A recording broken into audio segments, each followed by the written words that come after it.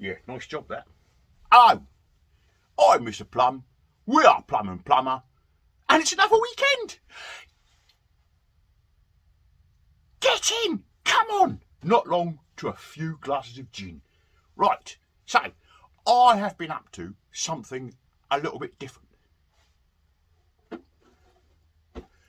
This little bit different. So I've been making up planters from the old pallets. Look at that, all lined, all ready to go, all ready for the soil. Oh, look at that join. Oh, lovely. Yeah, so all I did, you remember those old pallets I broke up a long time ago? I thought it's time to put them to use. And as we're getting into spring, well, we are in spring, it's now time to plant some seeds out. Get some bulbs in there. Get the birds back. Yes. Get some flowers. So this is the first one. Prototype. Not bad, not bad, not bad for a first go. And I'll be doing some more. I've got to finish it off because I haven't got the wood around now. I'm going to put some edging around there. Just to finish it off. Just to finish it off, yeah. So that's the first one. I plan on doing about 3 or 4 more, and then in the spring, summer, little troughs, planters, loads of glorious plants coming up, and maybe some salad, that broccoli, that sort of thing. Yeah, cheap. Well, pallets were free. Membrane. I ran out of staples just as I was doing around here, so I had to resort to tacks, and nobody likes using tacks. So yeah, so that's the first one. But you're going to ask, Mr. Plumb, are you going to do a video on how you made it?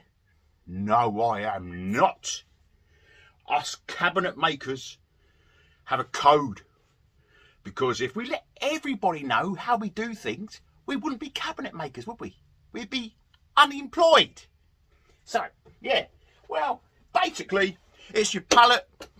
And what I suggest if you are going to do this sort of caper is get yourself a little station, set yourself up a little area.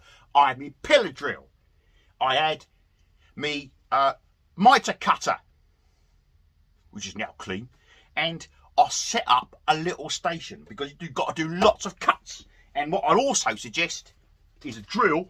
I'm lucky enough to have lots of drills. No, not lucky, I bought them.